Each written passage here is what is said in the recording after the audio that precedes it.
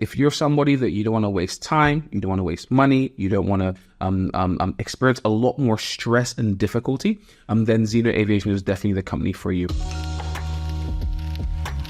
My name is Captain Zino, and Zino Aviation, we are a pilot training, aviation management, and consultancy firm. And what we do is we help aspiring pilots, just like yourself, to become commercial pilots. Now, many people, they want to become commercial pilots, but there's a problem. They don't have anyone that's there to help them, to guide them, to mentor them. And so what happens is they end up, embarking on this journey to becoming, commercial pilots. And they end up making a ton, trust me, a ton of mistakes. And the thing is, because aviation is so expensive, just one mistake can easily cost you $10,000, $15,000 easily. And so I've seen people who have spent over $100,000 on training that they could have done for $40,000. We've seen people who have spent 3 years on training they could have done in 8 months. Now, what was going on? We've seen people be unemployed for 4 years after finishing training. Meanwhile, they could have gotten a job within months. So what was causing this? They just simply lack knowledge. And we realized that there was a massive knowledge, right? And I realized this years ago, and that's why I founded Zino Aviation. So what we do at Zino Aviation, in a nutshell, is we help aspiring pilots to become commercial pilots. We will go on this entire journey with you from start to finish. We will be there every step of the way to support you, to mentor you, to guide you, to provide information, to help you to get a job.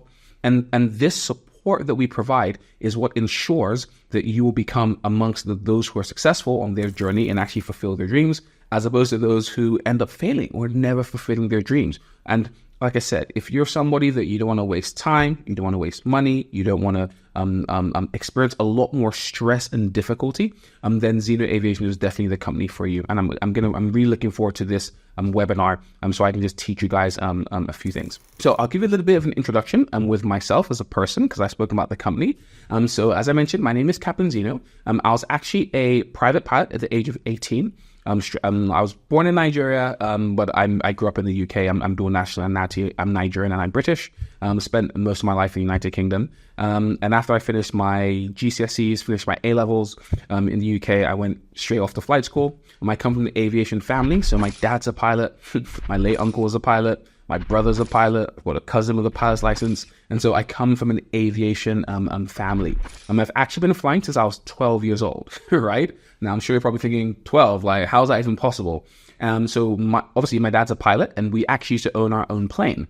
Now, the plane wasn't a Boeing 747 or anything crazy. It was just a small training aircraft, like a Piper. It was a PA-28, Golf Alpha Victor Whiskey Alpha. That was the registration, right? And so my dad used to take myself, my brother up and fly and all that kind of stuff. So that's a little bit about me. So I became a private pilot at 18. I was a commercial pilot at 19 because I went straight off to flight school after my A-levels. I am dual rated. So I fly both planes. I have a planes license. I've got a helicopters license. I've got an EASA license. I've got an FAA license. I've got a NCAA license. I've also got a drones license as well. So I've been about. I've also been to over 7 different flight schools, 4 for planes and 3 for helicopters. Now, you might be wondering, hold on a minute. If you've been just planes and helicopters, why 7? And I'll tell you why.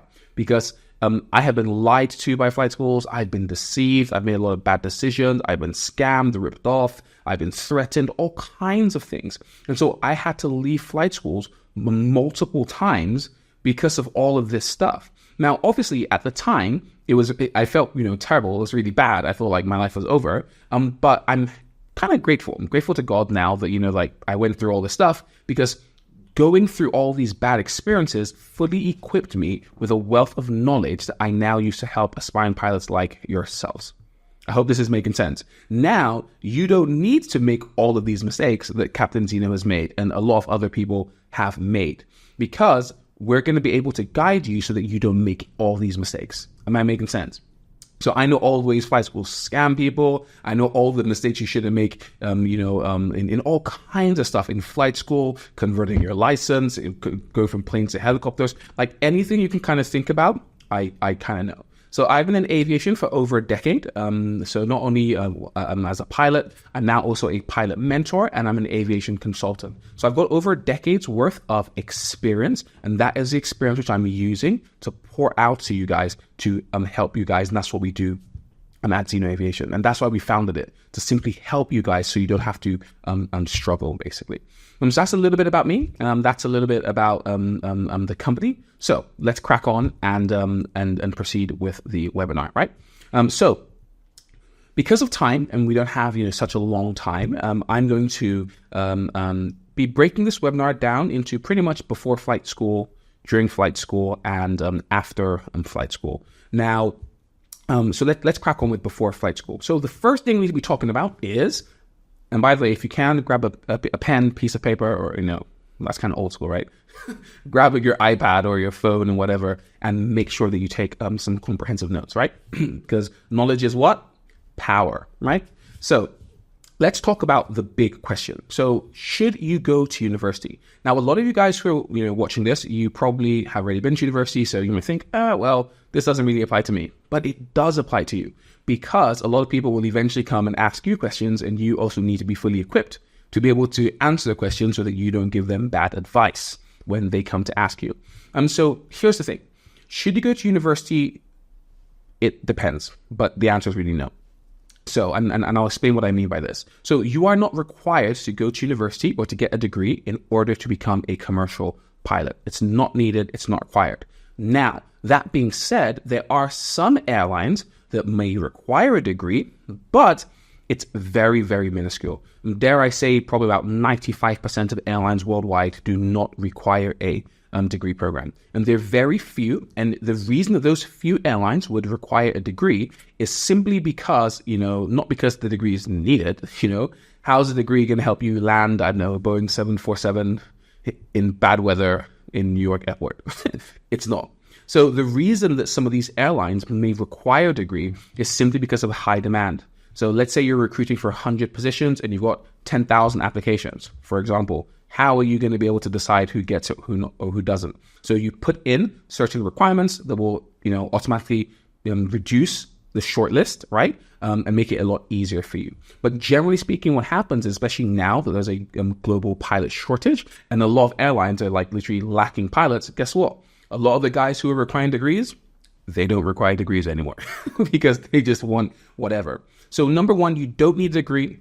And number two, this is how I see it. Because a lot of you guys watching, you're coming from very traditional homes, especially those of you who are African, Asian. It can be in Asia and Africa, it can be like, you must get your degree. Your parents are telling you, you must get your degree. What if your aviation does not work out? You need a plan B, right? So that's how a lot of your parents are, and that's the song that they're singing.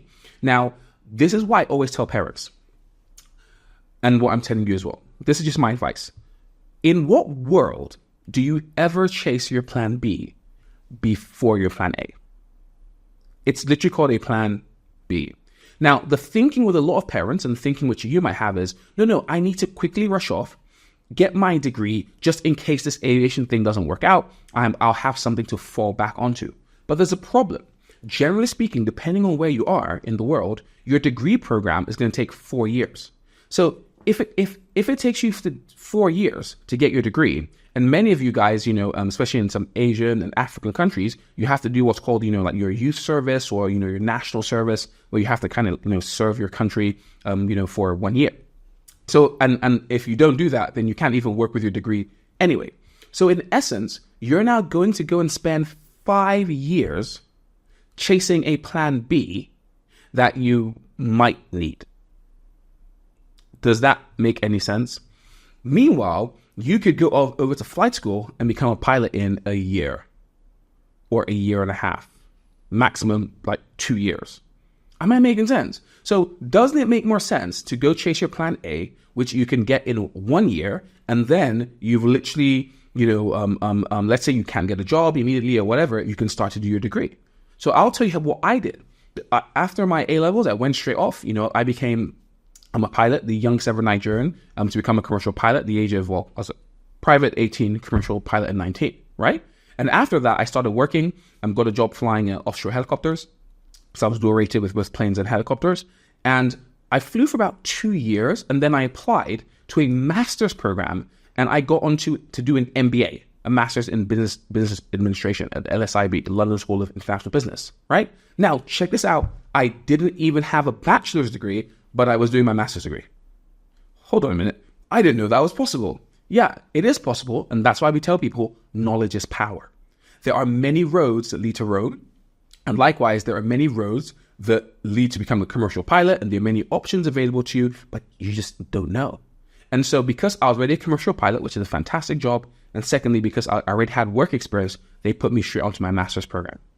Now, I was doing my master's. Meanwhile, everybody I went to secondary school with, right, high school with, was literally still doing their, how do I put this? I was already a commercial pilot, working, making money, earning, I think I was at 6 figures at that point, right? But yeah, I think I was at a 6-figure salary at that point, right? And now doing my master's. Meanwhile, everybody I went to secondary school or high school with was still doing their bachelor's. So should you go to university? I always tell people, chase your plan A, and then you can also do your plan B. You can also do it remotely. You can do it in person. You can also do it full time, but maybe you just chase what is the most important thing to you. Ask yourself, what is important to me? Becoming a pilot or having a backup plan? If that's your plan A, then go for it. Hope this makes sense. So don't need to buttress the point, but I talk to a lot of parents. That's why it is what it is. Anyway, I'm moving on. So second thing we need to talk about, what are the requirements to become a pilot? Now, the requirements to become a pilot are really, really simple. A lot of people, they're like, man, do I need to do geography? Do I need to, have science, or should I have studied mathematics in school? Can I become a pilot? Have I been disqualified? No. I went to business school because, Zino Aviation, we actually go into schools, teach them and stuff. And there was one kid was asking me about, to become a pilot. And I think his teacher had been telling everybody that, you must have geography and math to become a pilot. And I was like, dude, are you a pilot? He was like, no. I was like, so why are you telling these kids lies? Misinformation. Now, the requirements are simple. Number one, to become a commercial pilot, you can actually start your training at any time. Like I said, I started at 12, but there's a particular part of your training where you go solo, which is when you're flying with your instructor, then eventually he teaches you how to fly, then he steps out of the plane, and then you fly solo. So to do that, generally speaking, in most places in the world, you need to be 16, right? So because of that, we recommend people start their training at 16. Also, for you to get your private pilot license, your PPL, which we'll talk about what that means later, you need to be 17.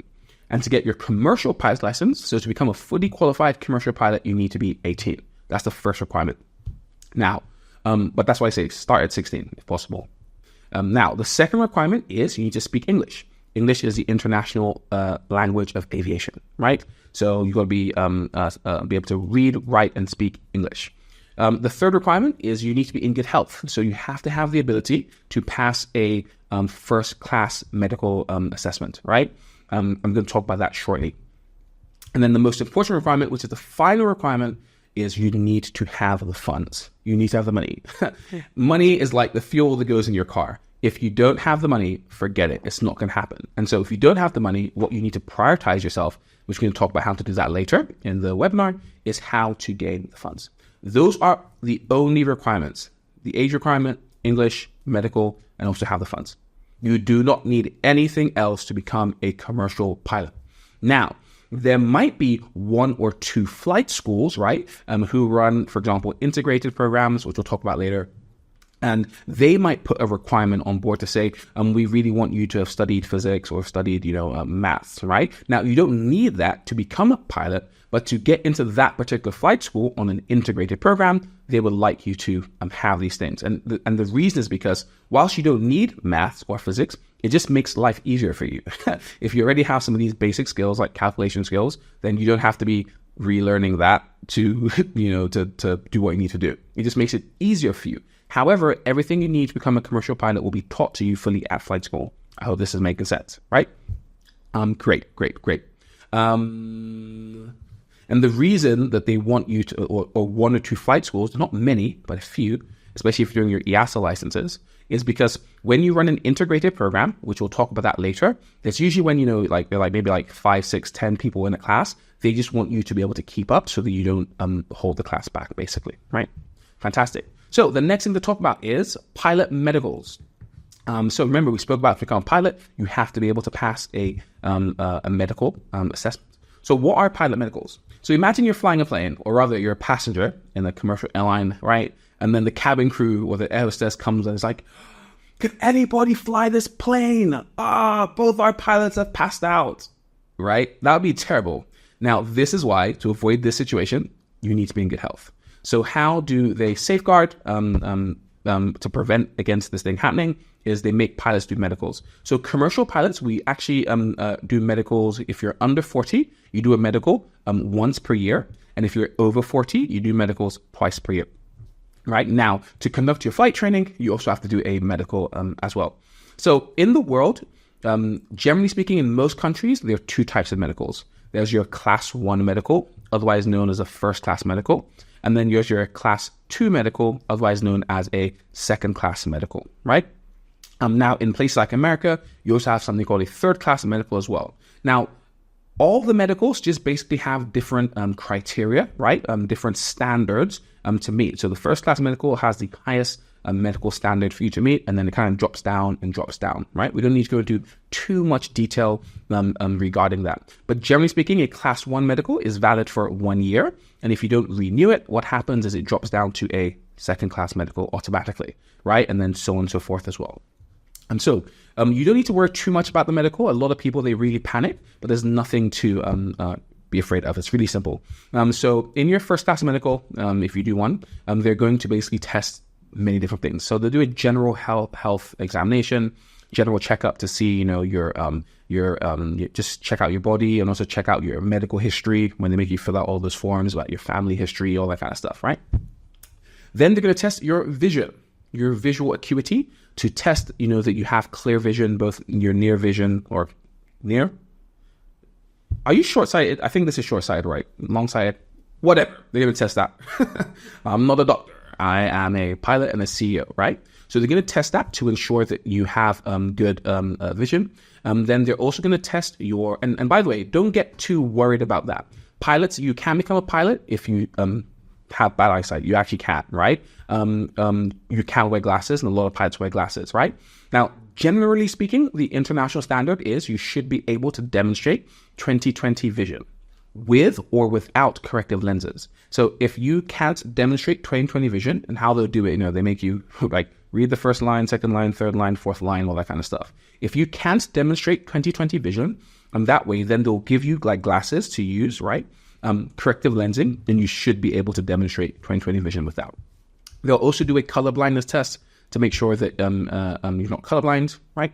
They'll do a hearing test to test your hearing, where they put you in a sound booth, and they, put like these headphones on, and they play frequencies from low frequencies like boom to high frequencies like beep, and it just keeps on going up, up, up. So it starts off with boom, then anytime you hear it, you click, I can hear it. Then it goes boom, then boom, until you can't hear it, right? And that's just to test your hearing. They'll do an ECG, which is called an electrocardiogram, or an EKG, where they hook up all this stuff to your heart, and they make you go on a treadmill and all that kind of stuff. And it's just to basically test your cardiovascular system and your heart, right? They'll also do a respiratory test where they make you blow in this thing to test your lungs, where they go, then eventually it'll click, and that's just to make sure that your lung function is good. And some people will do other stuff like a psychometric, or rather not psychometric, a psychiatric assessment. But not everybody does that. But what they all do is they'll make you do a urine analysis. You'll have to pee in a cup to test basically if there are any underlying health issues you have. And then they'll do a blood test to basically test, your hematology, your biochemistry, and to assess, like your organ functions, all that kind of stuff. Please, please, please, do not drink, do not do drugs. To be honest, there should be a full stop there.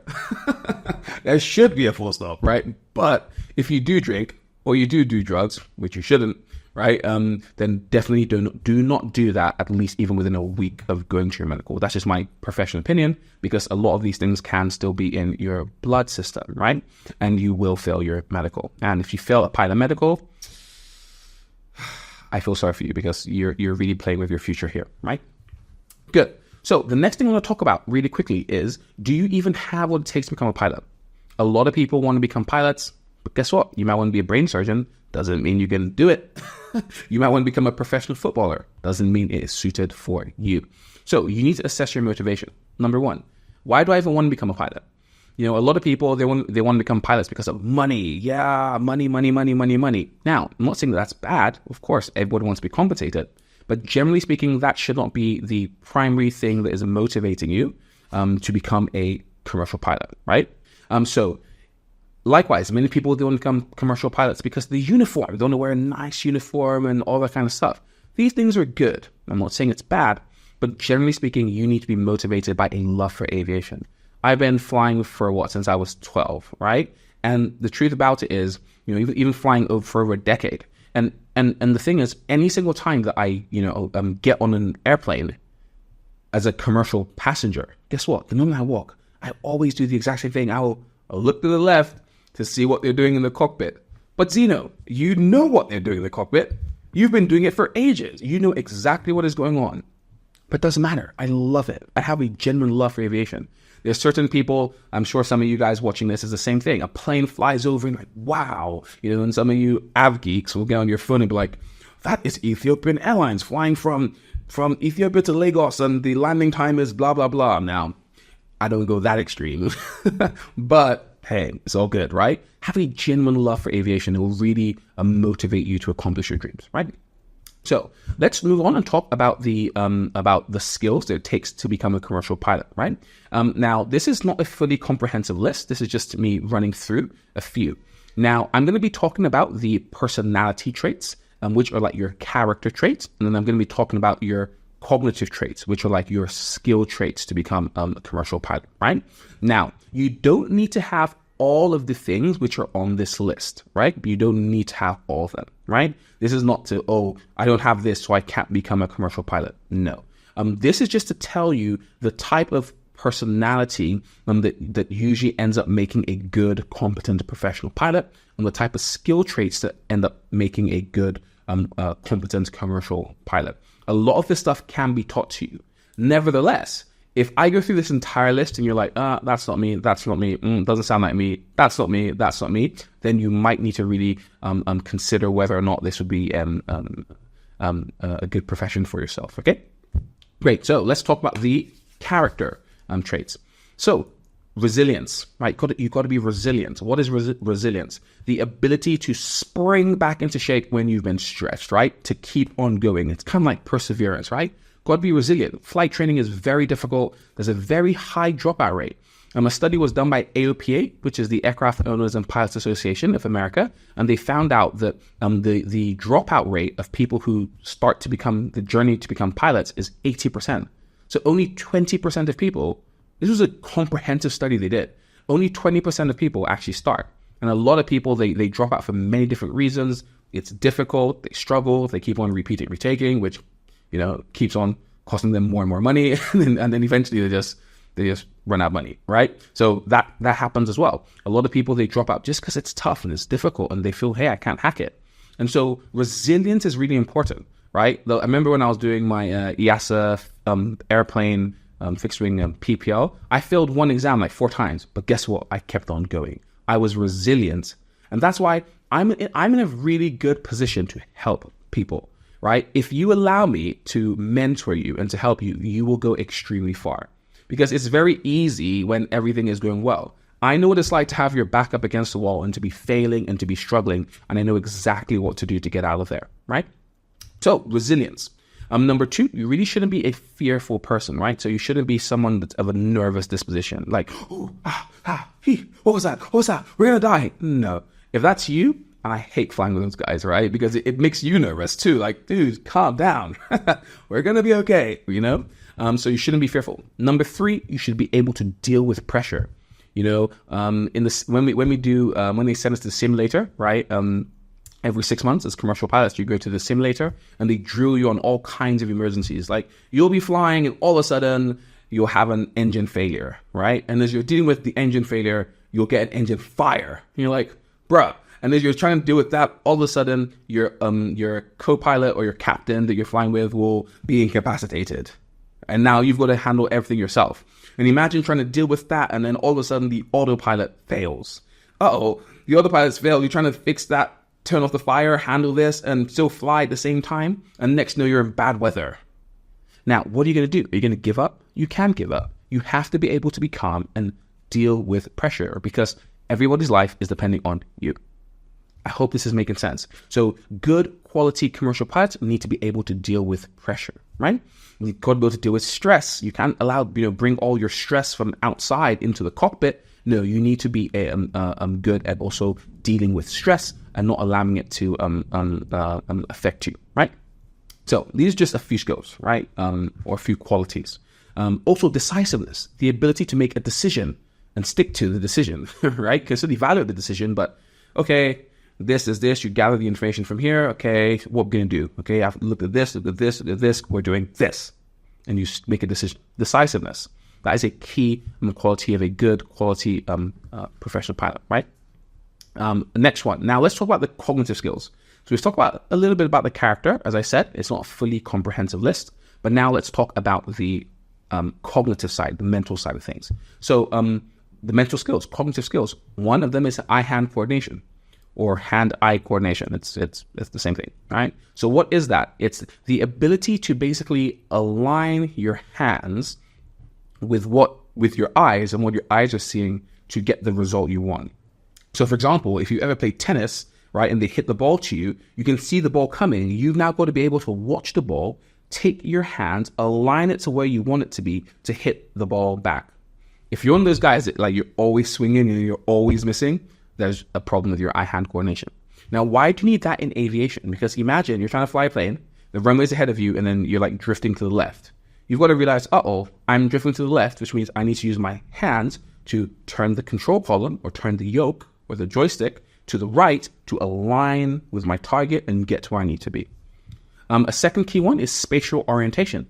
What is spatial orientation? That's the ability to be able to identify where you are in time and space, right? So a lot of people, they're just always unaware they're unable to figure out where they are. But for example, when you're doing instrument flying, right, which we'll talk about later, which is when, you don't have visual cues. You can't, there's nothing, you're not looking out the window, it's at nighttime. How am I going to know where I am? You've got to look at your instruments. Am I making sense? Or if you're in bad weather, you can't look outside to see, hey, where am I? You've got to look at your instruments, and it's your instruments that will be feeding you information to tell you where you are. But if you have bad spatial orientation, you're not going to be able to take in that information and assimilate it, right? And process it to know this is where I am. I hope this is making sense, right? The next one is mental maths, right? The next cognitive skill of a good commercial pilot is mental math. Now, you don't have to be a genius. You don't need to know, the theory of relativity and all this kind of crazy stuff, right? Basic maths, right? Okay, if I'm flying from, random example with random numbers, right? I'm flying from London to Norwich, for example, right? If I have from London to Norwich, okay, and before I get to Norwich Tower call me and they say the weather is bad at Norwich, right? And I've got to divert and go to Cambridge. So I open up my map, I see Cambridge is, 100 miles away. Okay, if it's 100 miles away and I want to go to Cambridge, how fast am I flying? Random example, let's say I'm flying at 60 miles per hour. Okay, calculate in your head. If I'm flying at 60 miles per hour or 60 knots, right? Okay, 100 miles, that's going to take me 100 minutes, right? That's 1 hour, 40 minutes. Okay, great. So it's going to take me 1 hour, 40 minutes to get there. Okay, how much fuel do I have on board my aircraft? Okay, you've got 1,000 liters on board your aircraft. Okay, 1,000 liters. Okay, how much fuel does my aircraft burn per hour? 1,000 liters. Okay, can I make it to Cambridge? No, right? Why? Because it's going to take me 1 hour 40 and I've got 1,000 liters and my aircraft burns 1,000 liters per hour, which means in 1 hour, I'm going to run out of fuel. This is mental math. Now, if you're not good at math, don't worry. These things can be practiced. And I run a mentorship program. And on my mentorship program, these are things which I teach you guys, as well as loads of other stuff. But we'll talk about that later, right? And I coach them how to basically be able to deal with a lot of all these mathematical questions and a lot of things along this line, right? So the next cognitive skill is communication. You've got to be a good communicator. So a good commercial pilot is a good communicator. You're going to be communicating to tons of people on a daily basis. Think about it this way, right? You're going to be talking to air traffic control, talking to your captain or your co-pilot, talking to your cabin crew, talking to your passengers, talking to the flight dispatcher, talking to operations team, talking to your chief pilot, your head of flight operations, talking to the ground handler, the baggage handler. You're going to be talking to a lot of people, talking to your engineers and more people, right?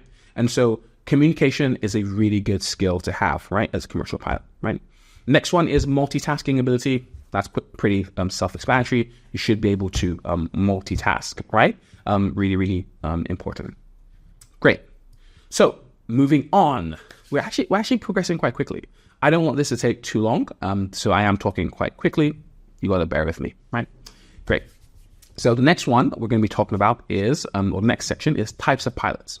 Now, many people say, I want to become a commercial pilot. I want to become a commercial pilot. I want to be a commercial pilot.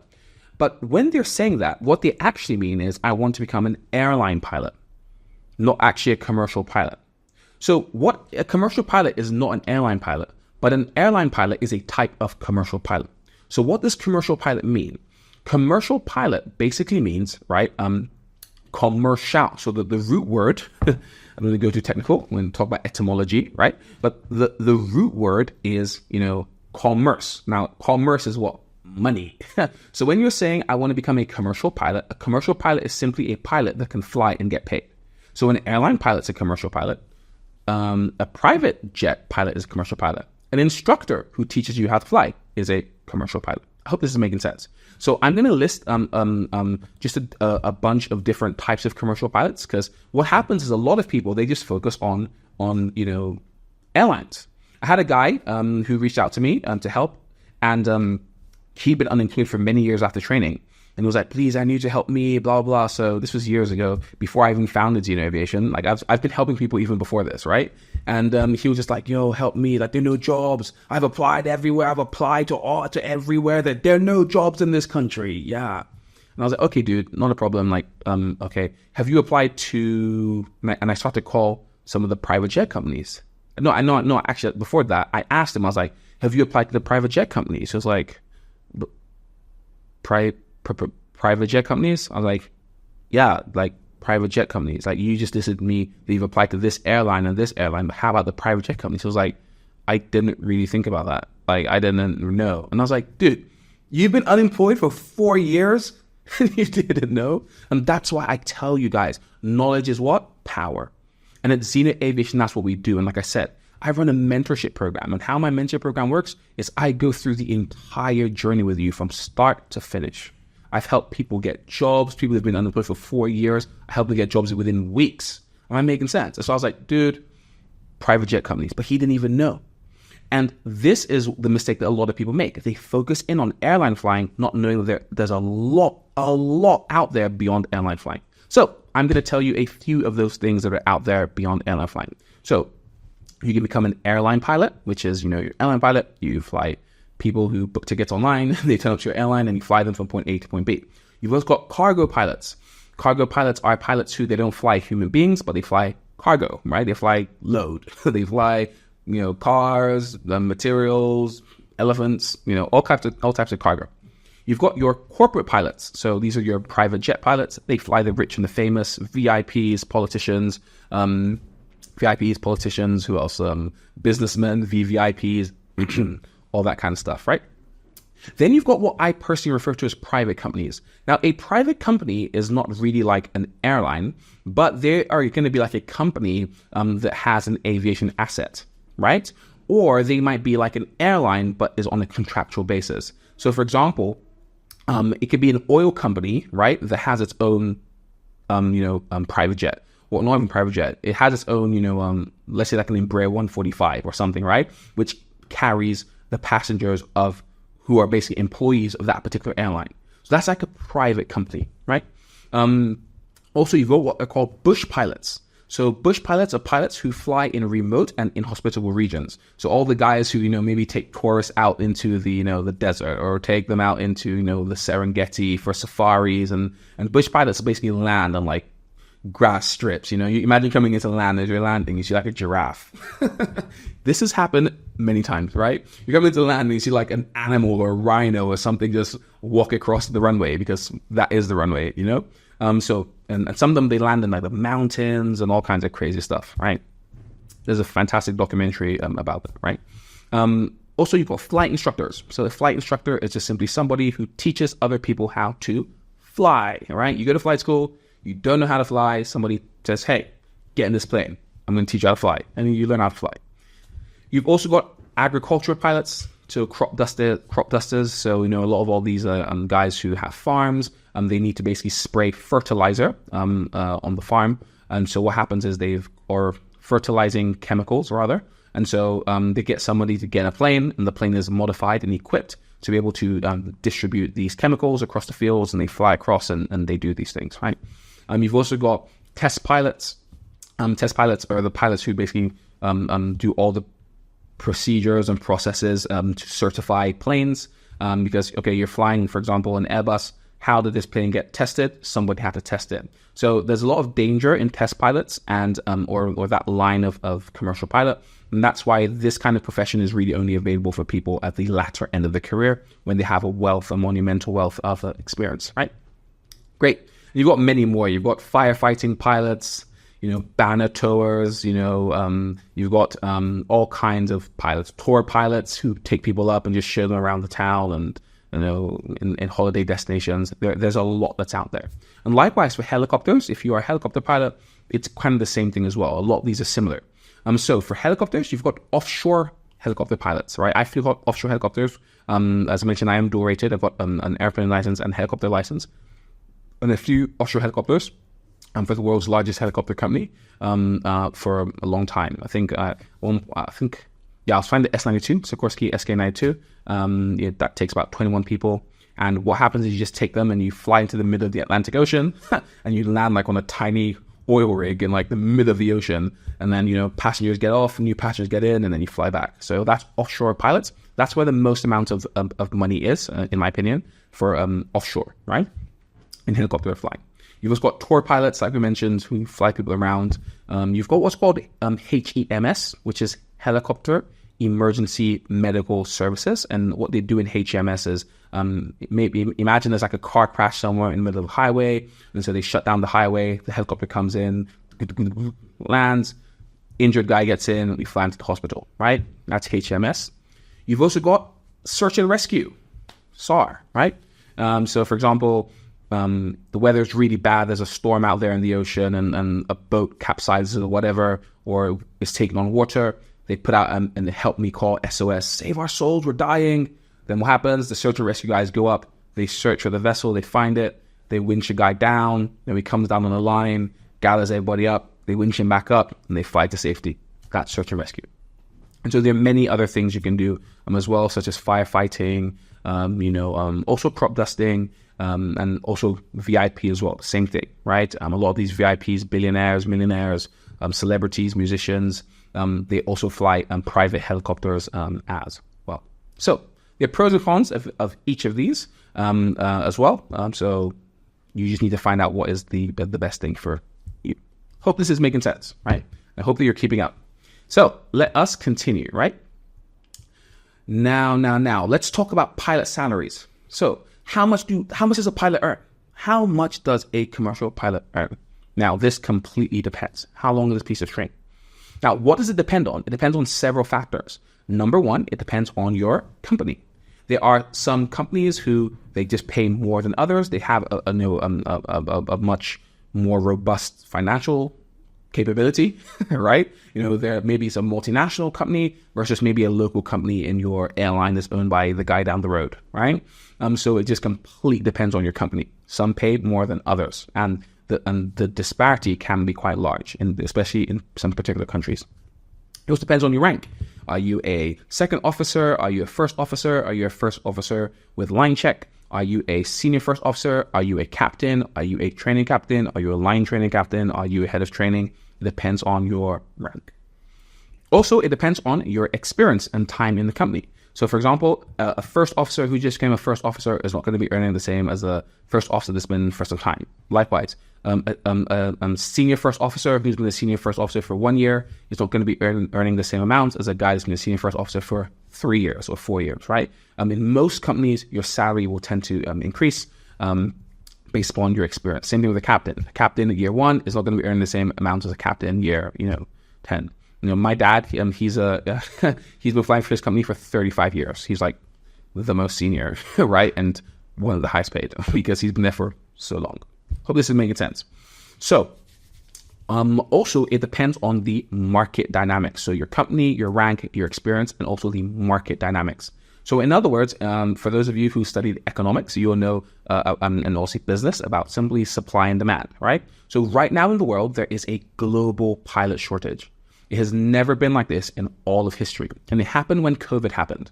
So when COVID-19 happened, there was like a global shutdown. So a lot of airlines, in order to survive, they end up sacking a lot of pilots, right? Or letting them go. Some they try to furlough them, some they just simply sack them and let them go and paid off the redundancy. And a lot of them, what they did is, for the senior captains who are, really older, they just said, hey, can you please take early retirement? And then they gave them their retirement package to basically go. Now, when this is all happening, I was warning everybody. I was like, everybody go and become a pilot now during COVID. And everyone was like, no, that's a bad idea. It's such a bad idea. You don't know what you're talking about.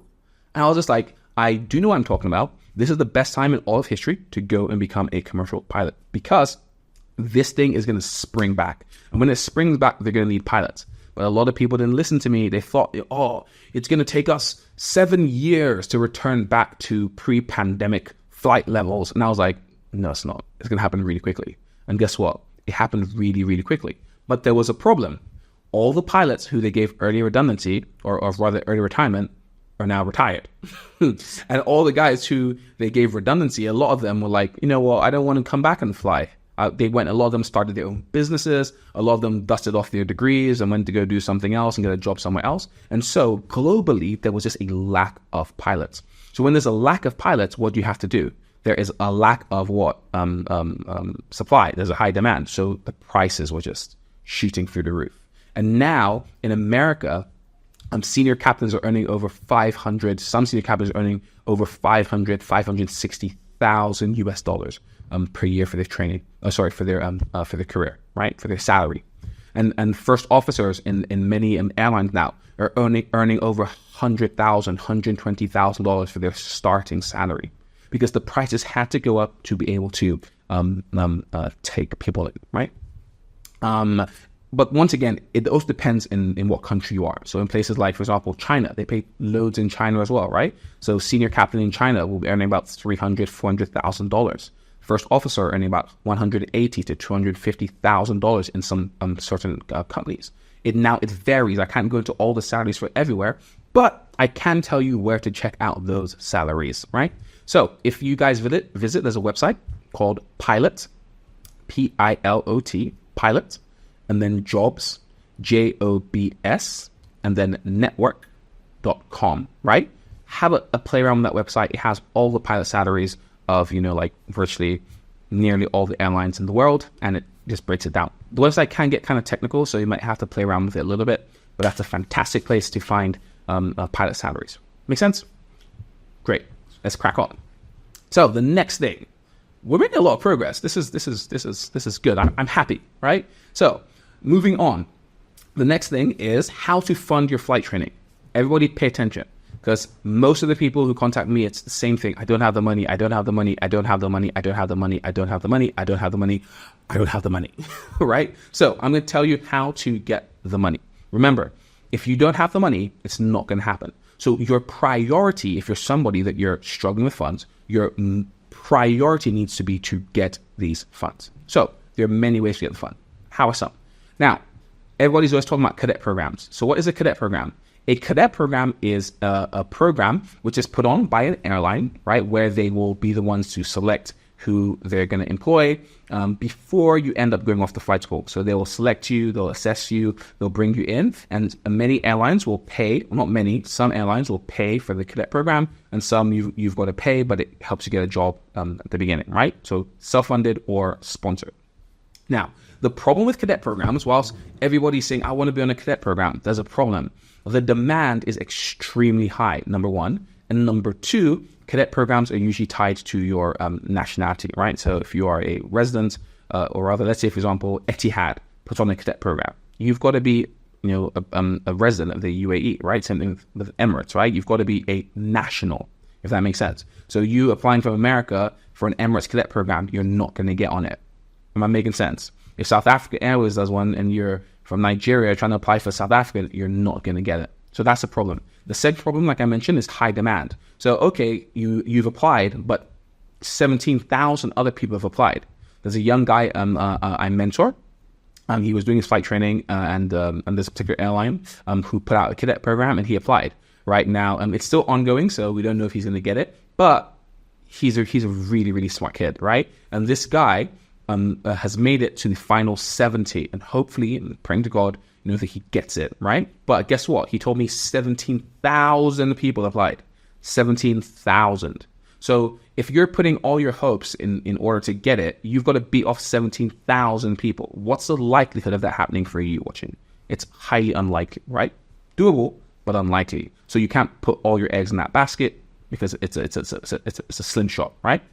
So the next one is savings. You just need to save up. I know a guy who it took him 10 years to become a pilot. He would just go work, and then he would come back and he would fly. Then his money would run out. Then he would go back and work, he'd go back and fly. My dad, it took him 2 years just to get his private pilot's license, because that's exactly what he was doing as well. He would just have to work and just come and fly. It took him 2 whole years. So savings is possible, but the problem which I have with savings is it takes way too long. Meanwhile, what you could have done is resorted to something else which would enable you to finish your training in a quicker period of time and even make up the money back. Am I making sense? By far more than waiting to start a journey in 10 years. So that's my issue I have with savings.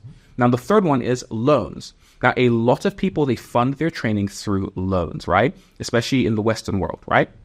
I would say probably most people, a lot of them, they take finance, whether it's a pilot loan or a general loan or whatever, they take a loan or a loan from a family member and all these kind of things, right?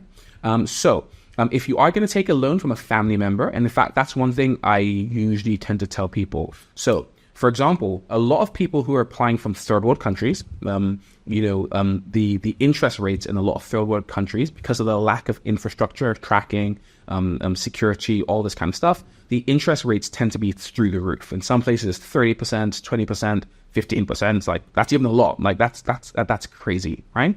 And so if you are trying to apply for a loan, one thing I usually tell you is this: if you're from one of those type of countries, if you have any family members or close friends or people you trust and have a good relationship with them, right, who are in the Western world, so maybe they're in the West, maybe a place like America, the UK, in a lot of these places, the interest rate is extremely low. In some places, you get a loan for 3% interest rate, 5% interest rate, which is really doable. So it would make more sense to reach out to those guys and talk to them and say, hey, is it possible that you could take out a loan on my behalf? A lot of countries will even permit you to co-sign a loan, so they can be co-signers for the loan or to take out a loan on your behalf. That way, you can get the money immediately. You don't have to wait, right? And if you're quick, if you're diligent, if you're switched on, you can do your training really, really quickly and then be able to now take back. So, in other words, for example, with our pilot flight training program in South Africa, you can become a commercial pilot in a year, right? In 12 to 13 months. But that depends on your ability, and it also depends on your discipline. So if you fly every day in your discipline, then you don't just go there and start partying and doing something stupid and getting distracted, then you can do it in a year. But if you are distracted and you're not disciplined, it'll take you longer. But the point I'm trying to make is this: if you're able to do it, for example, in 1 year, then you've only got to really convince your family member to take out a loan for you, right? Of which they would need to service it for a year. Or you and maybe your family members in your third world country or whatever would be able to start paying back and servicing the loan immediately. Because you might not have the bulk cash of $50,000, $60,000, $70,000 or whatever, right? But you might have the ability to service, let's say, for example, the loan is stretched out over a period of, 5, 6 years. In some countries, you can stretch out for 7 years, or longer, right? And so that reduces the bulk of the monthly payment.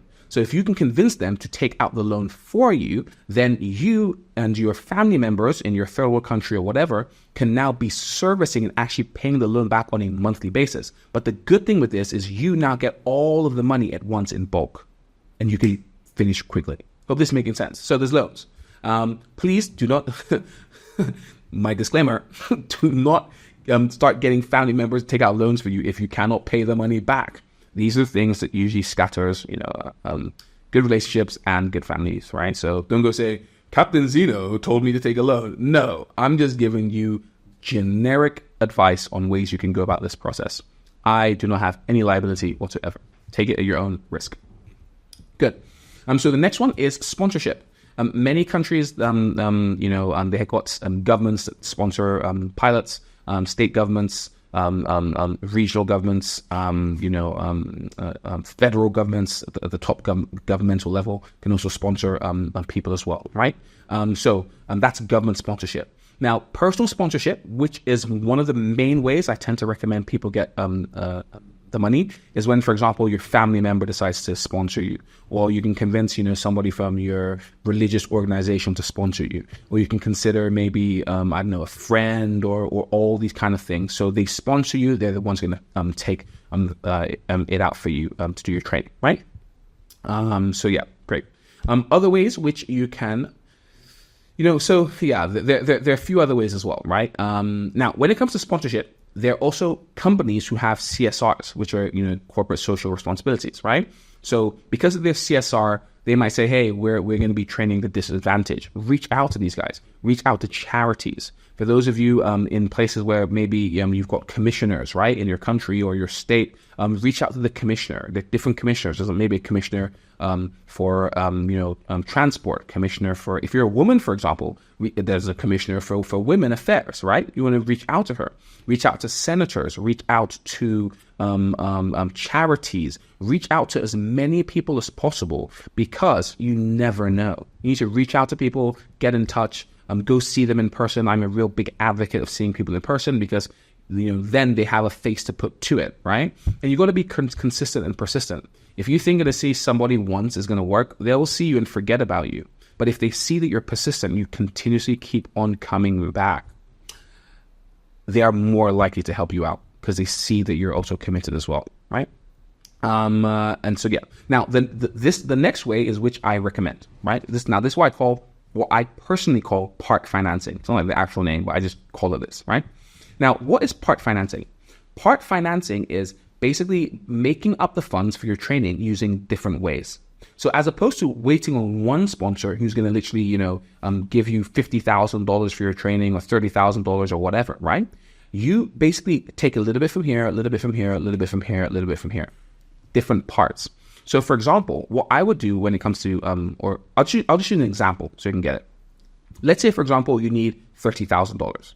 Out of the $30,000, you've worked hard, you saved. So you have $10,000. Okay, great. Now you need what? $20,000. Now, let's say, for example, you say, I can't really afford to take a loan with a high interest rate, of $20,000. Okay, what can you afford? Well, I can afford $10,000. This is just a random example, by the way, right? So now you take a loan. So now you have $20,000 out of your $30,000. So now it's like, okay, great. I need to make up the remaining $1,000 or remaining $10,000.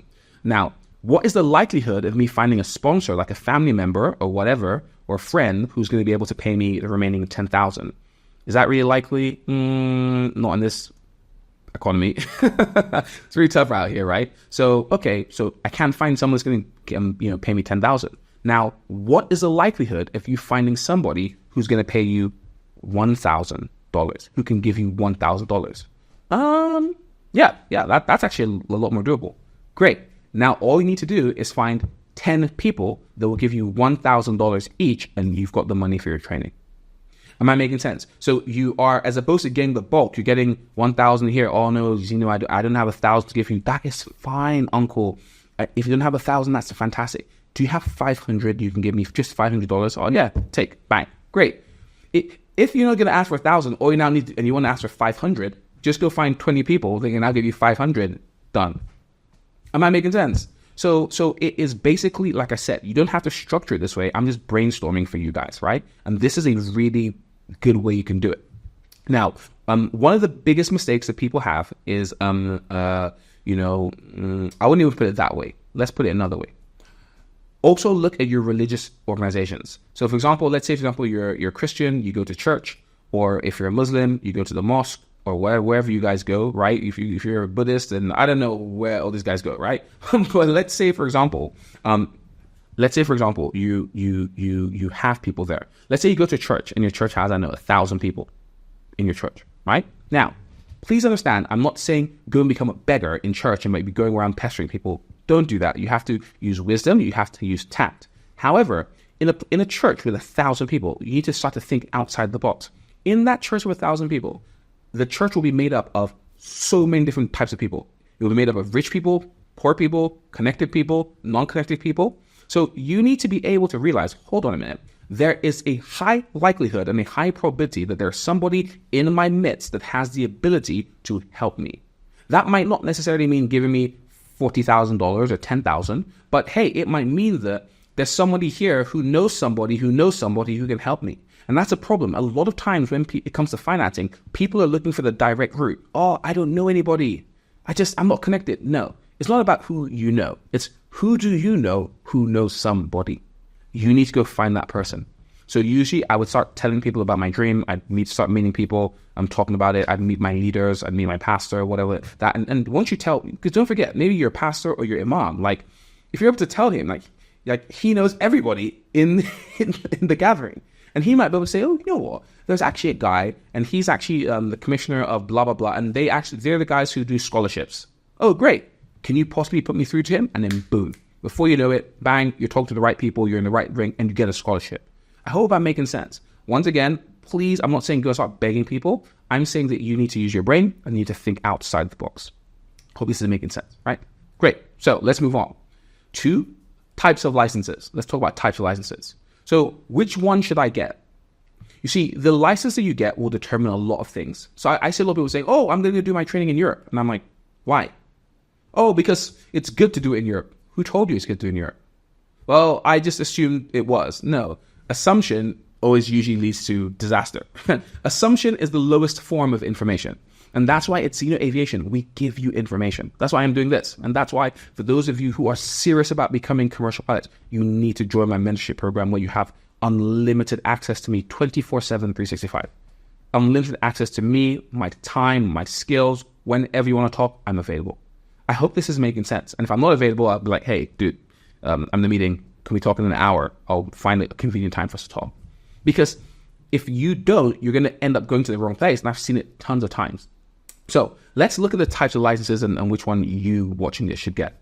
So generally speaking, around the world, we have 3 different types of licenses. So you've got what's referred to as an EASA license, which is EASA, your EASA license, right? Now, your EASA license is a, how do I put this, right? So your EASA license is your European license. So EASA, E-A-S-A, it stands for the European Aviation Safety Agency, right? So those are your European licenses. So if you conduct flight training in Europe, in a European country, they will give you, or part of the EU, they will give you an EASA license, right? Now, EASA licenses are the hardest, in my opinion, it is. They are difficult. They are the hardest exams to get, right? There are a lot of exams to do. So it's very difficult. It's very expensive. So conducting flight training in Europe is amongst like the most expensive places you could do it in the world. I know because I started off in Europe before I went over to America and so on and so forth, right? So it's very hard, very expensive, and it's long. So realistically speaking, it depends on your flight school, countries, all that other kind of stuff. But generally speaking, it's going to take you about 2 years to do your training, right? On average, right? So that's your European license. So they're long, hard, expensive. Now, in my advice as a professional, and this is what I do full time, I've got to tell you guys, so I retired from flying like 3 years ago. So this is what I do full time. I am full time Zino Aviation, and I help hundreds and hundreds and hundreds and hundreds of aspiring pilots around the world. And so my general advice is do not do an EASA license unless you have European citizenship. Because in order to work in Europe, you need to have the right to live or work in Europe, i.e. be a European citizen, right? Or have the appropriate work visa, which is extremely difficult to get. And many times airlines won't give you a work visa because it's like, why should I hire you when I've got all these other guys in the country which I can hire without having to do all the paperwork and vouch for you and all this kind of stuff. So generally speaking, most airlines don't even hire people that don't have the right to work or live in Europe. So in other words, it's pointless doing a European license. It's pointless spending more time, more stress, more difficulty. For example, if you do it modular, right, for the PPL, it is 9 exams, right? Yeah, I think it's 9 exams for the private pilot license. And then for the frozen ATPL, which is pretty much a commercial license, we'll talk about that later, right? It's 14 exams. So in total, if you go to Europe, you're going to go spend 20, you're going to do 20 on a modular program. You're going to do 23 long, hard, difficult, tedious exams when you don't even need that license. You don't even have the right to work in Europe. So why are you going to get a European license? But if you are European, then obviously you're going to need to do that anyway. I hope this is making sense. So that's EASA. The next one is FAA, which is your American licenses. So if you do your training in America, you will get an FAA license. Now, FAA stands for the Federal Aviation Administration, right? And they regulate aviation in America. Now, American licenses are fantastic licenses. They're really, really good. American licenses, you can finish your training quite quick as well. And on average, you're looking about a year. Some places slightly more, some places slightly less. It just depends on you and your ability. So those are your FAA licenses, right? You don't have to do near as many exams, right? It's, in fact, for your FAA, you're going to do one for your PPL, CPL, this is your theory exams, instrument rating, and that's it, right? And then for your oral, you're going to also do PPL, CPL, multi-engine instrument rating. And then obviously for your practical check rides, you're going to do the same thing as well. PPL, CPL, instrument rating, multi-engine as well, right? So there's nowhere near as many exams as Europe, as EASA. Now, what's the problem with America? It's also kind of expensive, right? Nowhere near like EASA, right? But it's more expensive. But the greatest problem in terms of doing your training in America is if you're not from America or you're not from a first world country, getting a visa to go to America is extremely difficult, especially now. So a lot of guys coming in from Africa, Nigeria, Ghana, like they get rejected like crazy. I'm like crazy. If you're coming from Africa, I've had people call me, I've been rejected for 3 times. They're like, where are you from? Ghana, where are you from? I think one guy's from Zimbabwe or Tanzania. Where are you from? Nigeria. Like, especially in Nigeria, it's extremely bad in Nigeria. Like I put 14 guys, there were 14 guys who came to us from Nigeria to literally go get visas. 13 got denied. And it's really crazy. Like I've had people from Nigeria go to try to get an American visa. Like their dad is like extremely wealthy. They have all the money in the bank, director of like an oil company, all the kind of stuff, still got denied. Right? Like, and the visa interviews now across the world, like they don't even last longer than 2 to 3 minutes. They just ask you 2 crazy questions like, who's paying for your flight training? My dad. Okay, great. We're going to America to become a pilot. Bang, denied. They don't have to see any documents, nothing. And so ultimately getting an American license, now I don't even recommend people to even bother. I'm like, I am 98% certain you will be denied your visa if you're applying from, especially some particular countries, but generally speaking, third world countries. Highly unlikely, extremely difficult. So don't even bother wasting your time, right? Because they just think that you're going to run away. They think that you're going to come to the first world country and just run away. Because a lot of people do. Am I making sense? So the next one is you have ICAO licenses. So ICAO, I-C-A-O. Now, ICAO stands for the International Civil Aviation Organization. Now, how does this work? So ICAO is the governing body for aviation globally, right? So think about it this way. You've got the United Nations, right? Now, the United Nations consists of all these countries, Nigeria, Canada, the United States, Ethiopia, UK, like all the countries in the world pretty much, right? They all are part of the United Nations. So ICAO is like the United Nations for aviation. And you know the way that, although all these countries, for example, the UK, well, not the UK, for example, France, right, is a member of the United Nations, but France is also a member of what? The European Union. I hope this is making sense, right? So likewise, that's how it is. So France is a member of ICAO, which is like the United Nations for aviation, but France is also a member of EASA, right? Which is the European governing body of aviation. So I hope this is making sense. So how ICAO licenses generally work, which is really good. So let's say, for example, you did your flight training in a place like South Africa. How it would work is, let's say, for example, you're in Nigeria and you did a flight training in South Africa. You would do your flight training in South Africa. Now, South Africa is a member of ICAO. So once you get your licenses in South Africa, they will give you a South African ICAO license.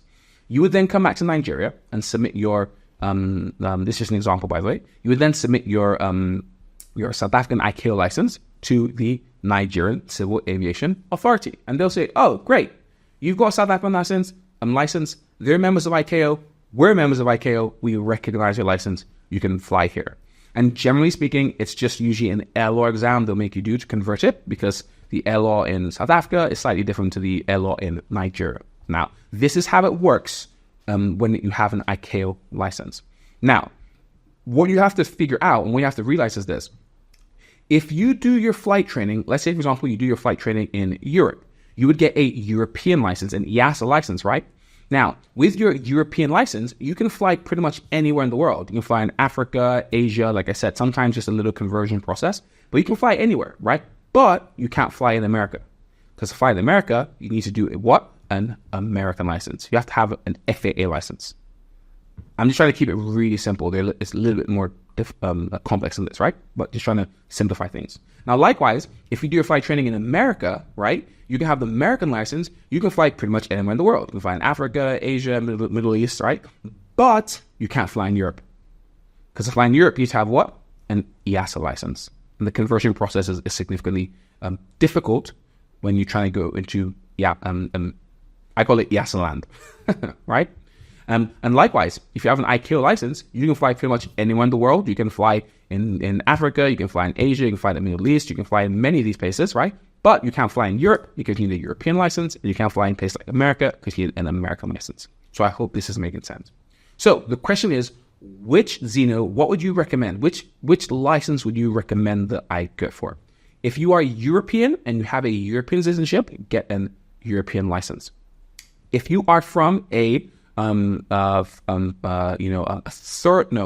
you're from a first world country, right, but it's not necessarily in Europe, so a place that's really respected or whatever, go to America. So for example, let's say you're from, Dubai, right, and whatever. Then America is a place you could go to because you're likely to get your visa.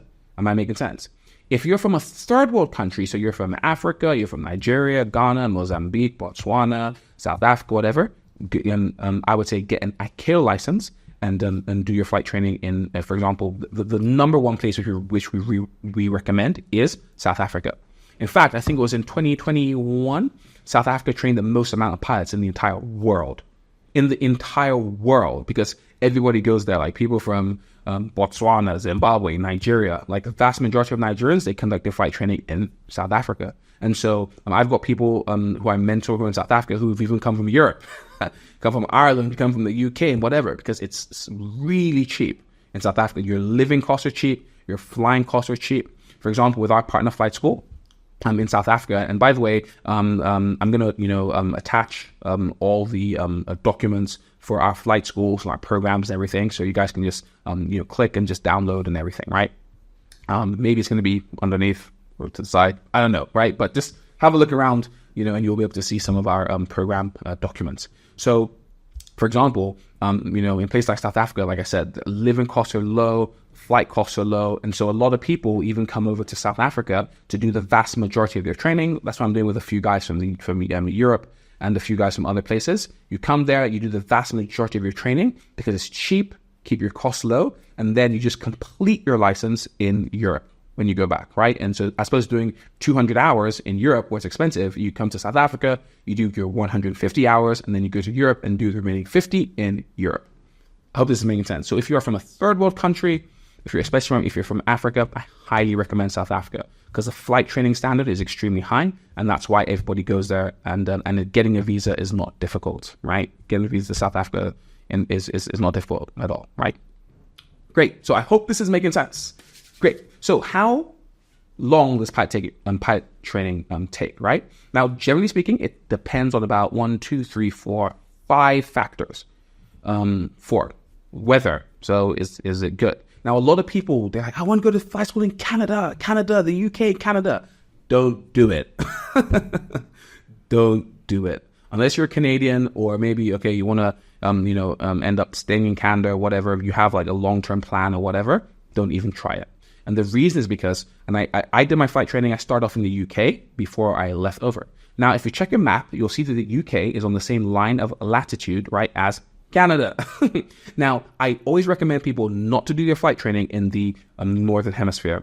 And the reason is because as a pilot, as a student pilot, you can only ever train when the weather is fantastic. The weather is going to be immaculate, right? It's going to be not windy, not raining, not snowing. The cloud base has got to be high. The visibility is going to be good. But in the UK and in places like Canada, it's always raining, always windy. The cloud base is always low. The visibility is always bad. It's always snowing. And so in other words, you can't fly. And so why this is terrible is because how flying works is it works based upon your competency, right? So, and you only become more competent when you're doing it regularly. Am I making sense? So if for example, when I was in the UK, there was a time I didn't fly for a whole month. I didn't fly for 1 month because of the weather. It's the same thing. So imagine, especially if you start your training in winter, that's the worst thing you can do. You're not going to fly. So I've had to help people even leave Canada because the fact is, like, they're like, yo, I haven't flown in 3 weeks. And when you now fly, and check this out, imagine you go to a flight school in these places, which is even more popular. So it already has a lot of students.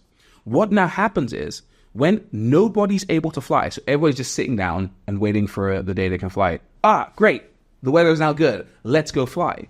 But that's the day which you want to fly, but now that's now the only good day to fly, so everybody else is flying. So you might not even get to fly. And now you've got to wait for several weeks more. And I've seen this so many times with so many people.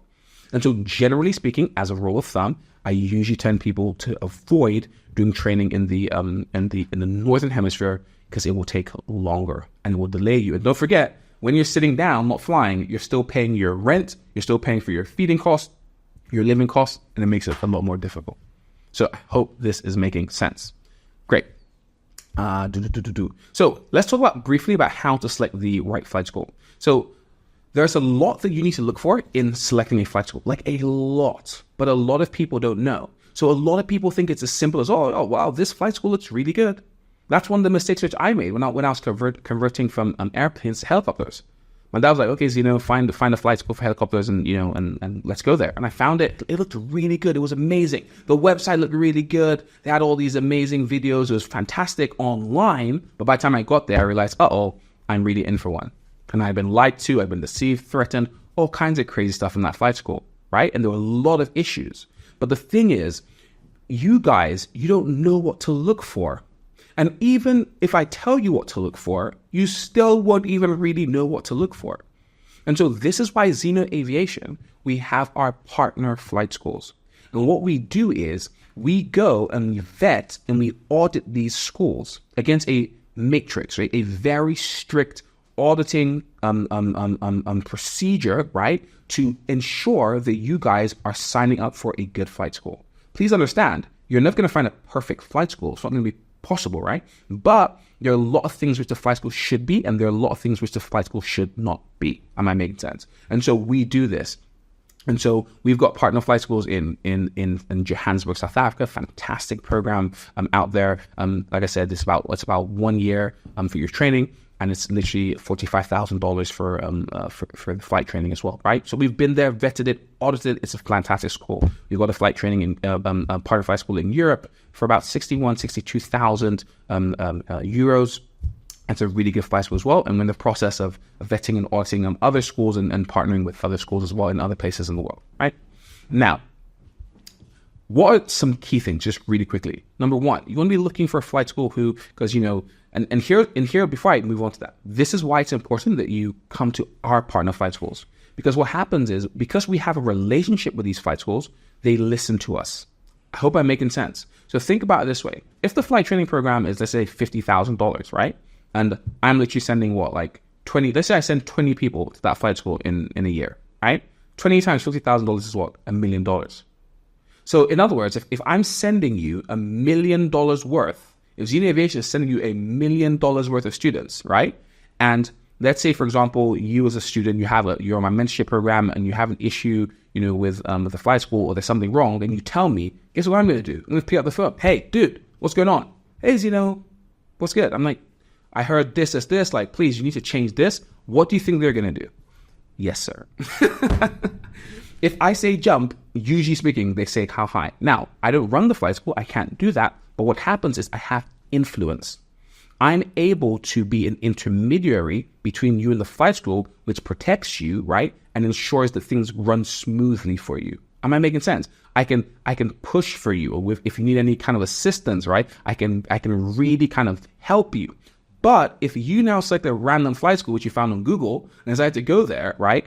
I don't have any jurisdiction in your flight school. But coming to a flight school, which is one of our partner flight schools, which is vetted, audited, everything, you're safe. I hope this is making sense. You have that support as well, right? Now, what are just a few things a flight school should be. You want to be looking for a flight school that has more of a family environment than a business environment. More of a family environment than a business environment. A lot of flight schools, they just see you as a walking dollar sign, ka-chink, and so they just want to just be milking you for money. But they're flight schools which are more of a family environment. I've been to 7. I know exactly what I'm talking about, right? And out of the 7, I would only ever recommend 2, which I had a fantastic time at, right? Family environment with good people who actually care about you and care about you, how you're doing, and actually care about, helping you fulfill your dreams, not just kind of scamming you. You also want to be looking at the aircraft fleet. How many aircrafts does a flight school have? The more aircraft a flight school has, then the more capacity there is. You want to be looking at what's the ratio with instructors, what's the ratio with instructors and aircrafts, instructors and students and aircrafts. You want to be looking at all this stuff. You want to be checking the safety record, the facilities and the equipment. You want to be looking at hidden costs. And this is why you trust me. We're here to help you to not make these bad decisions. I've seen people say, oh no, I don't want to go to your flight school because I found this flight school which is cheaper. I'm like, but dude, no, I'm going to go. And they said, okay, wish you the best, go.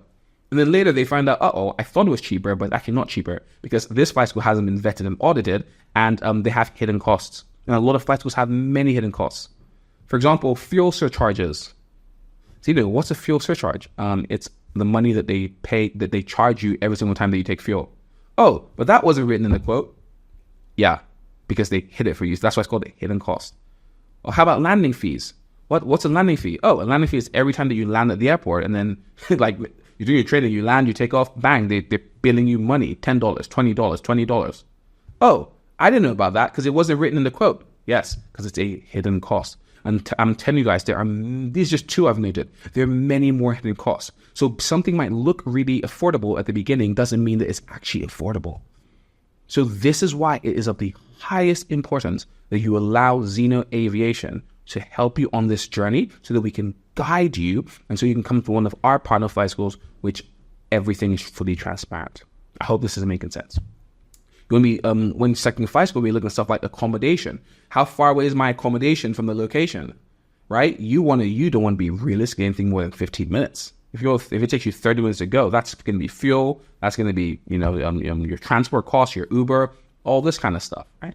When we looking at the reputation, class sizes, availability of flying, flexible scheduling, and all of these kind of things. These are things you want to be looking at as well, right? So, fantastic. So, moving on. How are we doing for time? Okay, let's crack on, right? So, the next thing is we want to look at the different types of training. So usually there's something called modular training and integrated training. Now, in a simple nutshell, modular training is what I usually recommend for, that's just me personally. I tend to recommend modular training more times. So modular training is more flexible training. So nobody puts a gun to your head and says, you must come to class today, right? It's flexible. You are the one that it's flexible to accommodate you and your schedule and your ability. And with modular training, you get given your own instructor. So it's like a one-on-one instructor kind of thing, right? Now with integrated training, now in some places, modular training is what they refer to as part 61, and integrated training is what they refer to as part 141 and whatever. I don't have the time to go to all the technicalities, right? Join my mentorship program. So on modular training, it's more flexible. It's more intimate one-on-one. But with integrated programs, an integrated program is a program that is a pre-established program that has been approved by the governing authority for aviation. So you cannot deviate from an integrated program. With a modular program, let's say, for example, that you're flying, right, and you're really struggling with, I don't know, stalls, for example. You can tell your instructor, hey, man, like, can we move on to another exercise and come back to this later? And he'll be like, yeah, great. With an integrated program, you can't do that. In fact, what happens with integrated programs is they put these things called stage checks in, right? Which means we're going to teach you all this stuff, and then you're going to get a stage check, which you now have to fly like another instructor, like an examiner type of instructor, and you must demonstrate that you've been good enough. And if you don't demonstrate it, you got to start again, or not start again, but you've got to go back for more training. And so you cannot pass that hurdle until you've demonstrated efficient competency. But with a modular program, it's not like that. I hope I'm making sense. You just have to, on a modular, you just have to meet all the requirements, right? Done that, and you can sit your exam, your practical skills test, or your check ride, which is a practical skills test, right? With an integrated program, it's not so straightforward. Now, integrated programs do have pros as well, right? So sometimes you can progress a lot quicker because you're all together in a class, right? You're moving together, right? It's more, bang, bang, bang. That's a pro of an integrated program, right? And it's the cost of how much it will charge you is a lot more predictable, right? These are some pros, right? But the cons are it's really intense, and you've got to keep up, and that a lot of people end up dropping out and falling by the wayside, right? So it's really intense, right? And there's a potential for burnout as well, right? And obviously the other cons, like I said, is if you have to keep on repeating and retaking and you can't pass and move on to the next thing, that ends up becoming more expensive. So although sometimes integrated programs are advertised as cheaper, in reality, they're not actually cheaper. They're actually more expensive for these reasons, right? Now, with modular programs, what are the pros of modular? It's flexible. You can also have cost control, enables you as a student to kind of budget for each module. And you can also work. There are work opportunities, but on an integrated program, it's bang, bang, bang. You can't work. But with modular, you can work, right? And it's also a more tailored experience because you have your own instructor and all of these things, there. Now, what are the cons? If you're not disciplined, it can end up taking you a lot longer, right? And the cost is less predictable because of all these things. Because with an integrated program, you're flying every single day, bang, bang, bang. With a modular, you might fly 2 days this week, might skip a week. And so as a result, you only get your license when you're competent. But if you're not flying regularly, you're not going to be as competent as compact, if that makes sense, right? And so the cost might end up becoming more expensive as well. So that's the difference between modular training and integrated training. Are you guys with me? Great. Fantastic. Good. So moving on. What are the ways you can prepare and get ahead before flight school, right? Now, this is how because of the high dropout, preparing before you get to flight school. So there are 2 ways. There are more ways, but just because of time, I'm going to talk about 2 ways which you can get ahead and prepare for flight school. So number 1 is you need to join my mentorship program. So how my mentorship program works is this. From the moment that you sign up and for my mentorship program, I, Captain Zino, will become your mentor. And I will mentor you in 3 key stages: before flight training, during flight training, and after flight training. So the before flight training stage is to equip you. So I'll be having weekly sessions with you via Zoom, right? And I'll just be helping you, teaching you, preparing you, working on your weaknesses so that they don't hinder you in flight school, teaching you about the industry and a lot of different stuff, teaching you tips, tricks, and just preparing you for flight school. Now, as part of the mentorship program, we also do ground school classes. So at Zino Aviation, we hire certified flight instructors, right, who are certified, right? And our certified flight instructors will teach you whatever you're going to learn in flight school before you get there. So, for example, for your private pilot license, you've got about 8 subjects, right? Air law, navigation, meteorology, principles of flight, ATG, navigation, comms, flight planning and performance, all these things you're going to learn, right? So what we do is on the mentorship program, right? You have access to our instructor who will teach you all of these things, right, for free, right? So you can have as many sessions as you want. If you want 50 sessions, 500 sessions, it's free. So this is one of the ways we recommend that you get ahead. Now, if you just want to just do the ground school class by itself, you don't want all the other mentorship, you don't really want me to support you in your training, because as I mentioned, that's the first part of my mentorship program. The second part is I will support you throughout training. So the truth is you're going to struggle. Everybody struggles. I struggle. I'm from an aviation family, right? With all my people pilots. I've been flying since I was 12, and I still struggled and I failed, Am I making sense? So when you are struggling and failing, you need to have somebody. You need to have someone you can talk to, someone you can call, somebody who understands what you're going through. And as somebody who's done both planes and helicopters and been to over 7 different flight schools with multiple different experiences, you can call me and I will know exactly what you're going through. Not only will I know what you're going through, I'll be able to encourage you. I'll also be able to tell you what to do to get out of that situation, because you don't want to be stuck in that type of a situation. So I would be your support base. Now, the good thing with the mentorship program as well is not only do you get unlimited access to me 24/7, 365, you also get unlimited access to our certified flight instructor, our chief flight instructor. And he or she, right, will also be able to be with you throughout your journey. So how it works in flight school is whenever you're struggling, let's say, for example, you need more lessons, more theory lessons, you always have to go back to the flight school and be paying them, maybe like $50 per hour, to teach you whatever you're struggling with. So hold on a minute. So if I struggle 10 times and I pay you $50 for the 10 times, that's $500 on classes. Yep. But meanwhile, if you're on the mentorship program, all you got to do is pick up the phone, call our instructor at Zino Aviation, and he or she will teach you whatever you're struggling with via Zoom for free. And so on the mentorship program, you get unlimited access to our instructors for the entire of your training. Not just your PPL, not just your night rating or your instrument rating or your multi-engine, your commercial, for everything. And so that's why I say at Zino Aviation, we help aspiring pilots just like yourself to become commercial pilots, because we will go on the entire journey with you, supporting you. And what this does is it increases your chances of success and mitigates and reduces your chances of failure. Why would you go on this journey alone when you have me and my entire team to be with you? And then the final part of the mentorship program is after flight training, we will be helping you to get a job. Now, please understand, we can't guarantee you a job, right? So we can't guarantee you, a job, because I don't own an airline. However, we do recruit for airlines, and we've helped people get jobs with airlines. In fact, we're currently recruiting for a startup airline right now, right? And we're doing the assessment procedures for them as well, right? So we recruit for partner airlines, which we have. And in addition to that, we have an access to a wide network of recruiters, airlines. We have the connections. So I tell people, I can't guarantee you a job, but one thing I can guarantee you is you are 100 times more likely to get a job with me than without me. With Zino Aviation than without Zino Aviation. We have the connections, we have the network, we know exactly what's going on in the industry. In addition to that, we'll be doing your CV for you, your cover letter for you, and also, very importantly, interview preparation.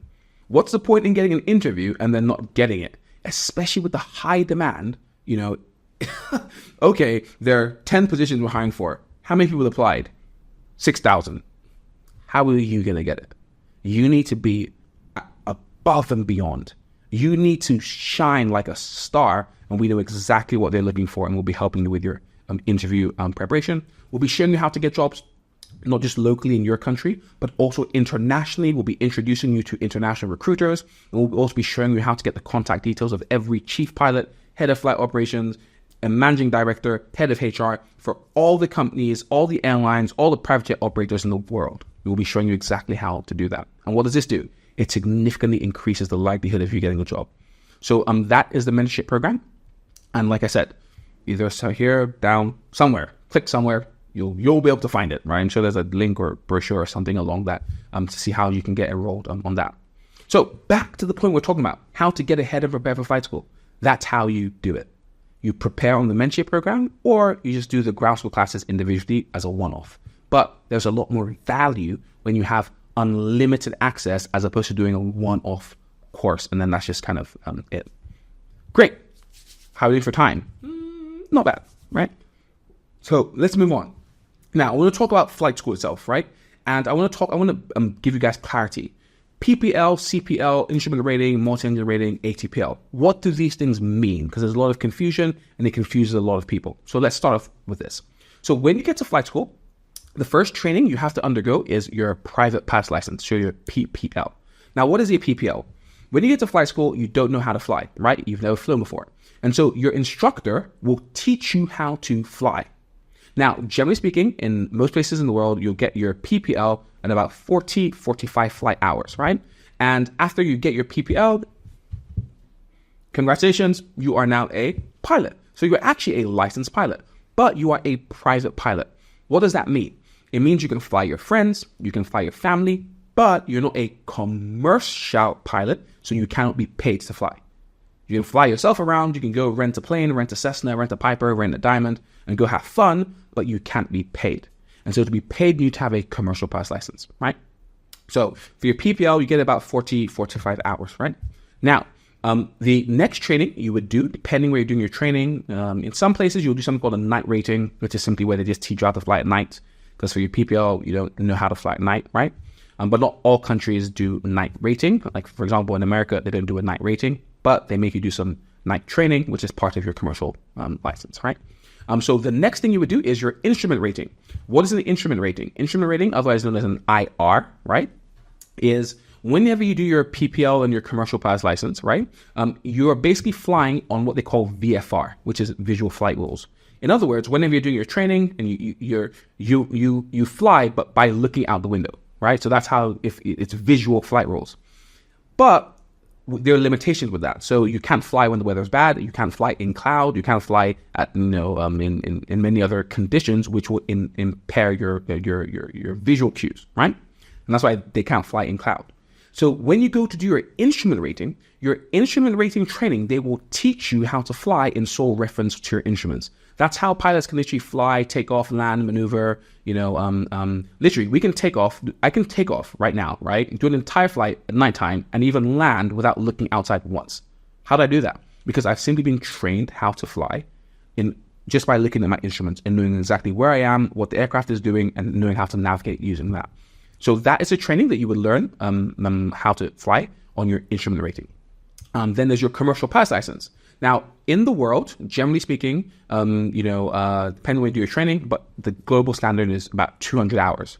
So in places like Europe, it's 200 hours. South Africa, 200 hours. In places like America, same thing, but if you do modular, it's about 250 hours in total. But generally speaking, the international standard is 200 hours for your commercial license, right? Then what else is there? There's a multi-engine rating. So what is a multi-engine rating? When you do your PPL, your CPL, instrument, all this kind of stuff, generally speaking, you'll be doing it on, right? You'll be doing it on an aircraft that only has one engine.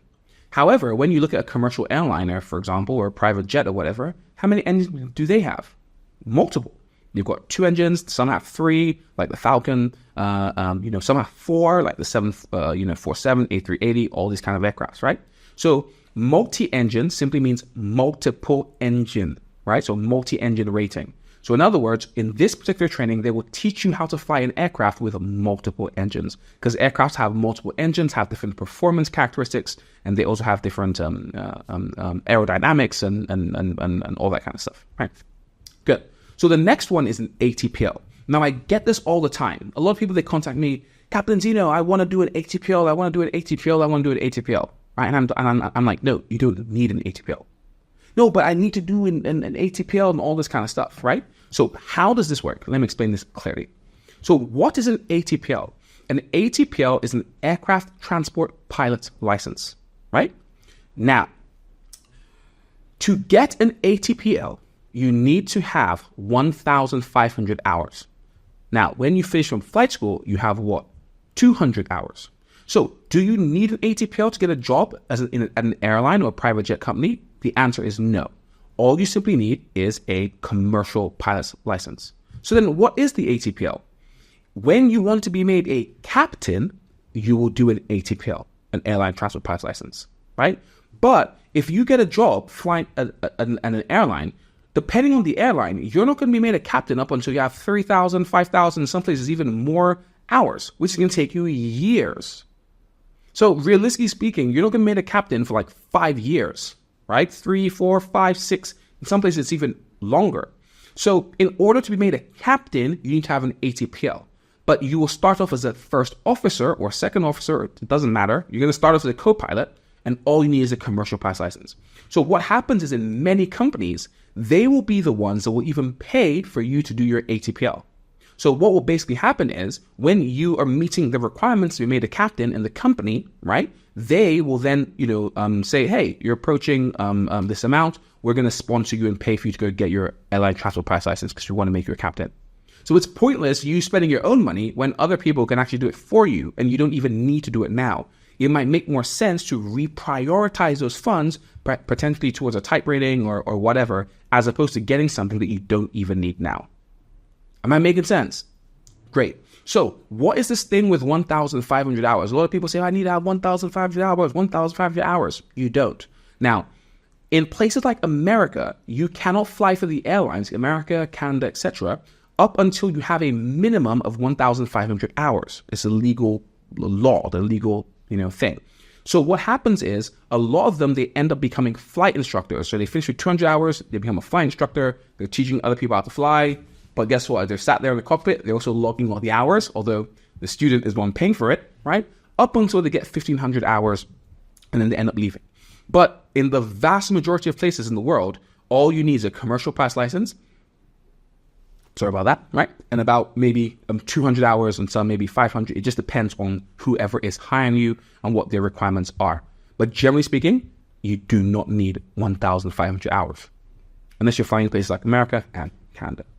I hope this is making sense. Now, if you are in Europe and you're doing a European license, it's slightly different, right? And how it works is this. You will get what is called a frozen ATPL. So in other words, you will do all your exams when you're trying to become a pilot, commercial pilot, right? But you will do the full amount of exams, including these are ATPL exams. There are about 14 of them in total, right? And what happens is when you do your check ride, right, or your practical skills test for your commercial, although it's not really your commercial, but it's complicated. But when you do the final one at 200 hours to make you a qualified pilot, let's put it that way, right? They will give you what's called a frozen ATPL. So it's like, here's your license, but it's an ATPL, but it's not. It's frozen. So if it's frozen, then what is it? It's actually a commercial license. I hope this is making sense. Okay, so how do I get it unfrozen at 1,500 hours?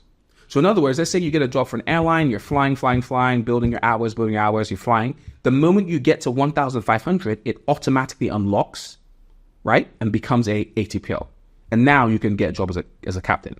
They're not going to give you one, but it's unlocked. So that's what the frozen ATPL is. And this is very, very common in EASA land in Europe. So I hope that this is making sense. And I hope I've not been able to confuse you. So let's talk about just a few ways the flight schools scam people and why you need to work with Zino Aviation, right? So I'll tell you a quick example with myself. So I started doing my flight training in the UK. I was at a very small flight school, only had 1.5 aircrafts and about 2-3 students, right? And so when I was doing my PPL, I was getting along quite well. And I remember reading the curriculum, the EASA curriculum one day. This is when the UK was still in Europe, so I was doing EASA, right? I remember seeing that there's this module which I'm supposed to have done training for VOR tracking. So I remember going to the head of flight school, which I won't mention his name. Anyways, I remember going to him. I was just like, hey, it says we're supposed to do VOR tracking, but I haven't done VOR tracking. What's up? And he was like, no, Zino, don't worry. You don't have to do VOR tracking. That's actually the old module. I was like, really? Because this is this year's date. I was like, no. It's actually been removed, but they haven't had the time to update it, but you don't need to do it. So I was like, okay, fine. Continue flying. I kid you not. I started flying from an international airport, Norwich International Airport, right? Shout out Norwich, right? You don't know. But anyway, so I kid you not, the night before my check ride, which is my skills test, my practical skills test, which will make me a private pilot, I get a call from the head of the flight school. It says, hey, Zino, there's been a change of plan and you're not going to be doing your flight training, you're not going to be doing your exam tomorrow at the flight school and at the airport. I was like, what do you mean? I was like, no, you're going to go do it in a place called Beccles, right? Beccles Airfield. I was like, what's going on? It says, don't ask too many questions. Everything's fine, whatever. And he gave me the number of the guy I need to call when I get there and everything. Now, Beccles is a tiny, the airfield is in a farm. It's it's literally a farm with I'm not sure it was a grass strip or concrete or whatever, but it was literally in the middle of nowhere. And I hadn't been there. So next day, and by the way, he told me, he was like, Zino, by the way, make sure that you get there 2 hours early. I was like, why? He was like, don't ask me questions, get there. So I get there 2 hours early and everything, ready to go. When I approached this flight school, which is in the middle of this farm, right? Oh, man. I forgive you. right? Anyway, got there, and this instructor comes out to meet me. He's like, "Hey, you're Zino, right?" I was like, "Yeah, I've come to my check ride." He goes, "Okay, fantastic, right?" So I was about to say the guy's name. The head of your flight school called us and told us, before your check ride, before your skill test, we need to take you up for an hour and teach you VOR tracking. And I was like, no, you see, that can't be possible because, you see, VOR tracking was on the former curriculum, but it's not on this curriculum. He was like, I don't know who told you that. It's on this curriculum and you're being tested today. Let's go. And I was like, what is happening? So I get into this airplane, which is a different airplane. I could barely fit in it. I was flying the Cessna 152 back then, right?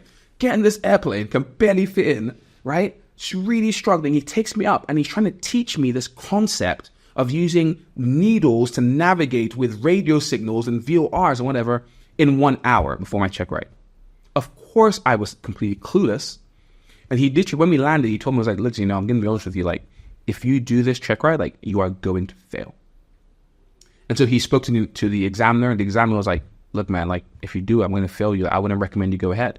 And so we had to cancel it. Really cool examiner though. He literally drove this Porsche, right? Old guy. And he literally drove me like 2 hours all the way to my house. Like, and shout out that guy. I'll never forget him because like I was going like all the way south. He was going all the way north and he drove me 2 hours in the opposite direction to drop me at my house. And obviously I was devastated, but I was really angry. Now, guess why I was lied to by my flight school, by the head of the flight school? He lied to me because his aircraft that he had didn't have the equipment for VOR tracking, and he knew it didn't. So what he did was he lied to me because he knew if he told me the truth, I would leave and go to the flight school across the road. So he lied to me, took all of my money completely, and up until he could take no more money, I was like, yeah, whatever, get out of here.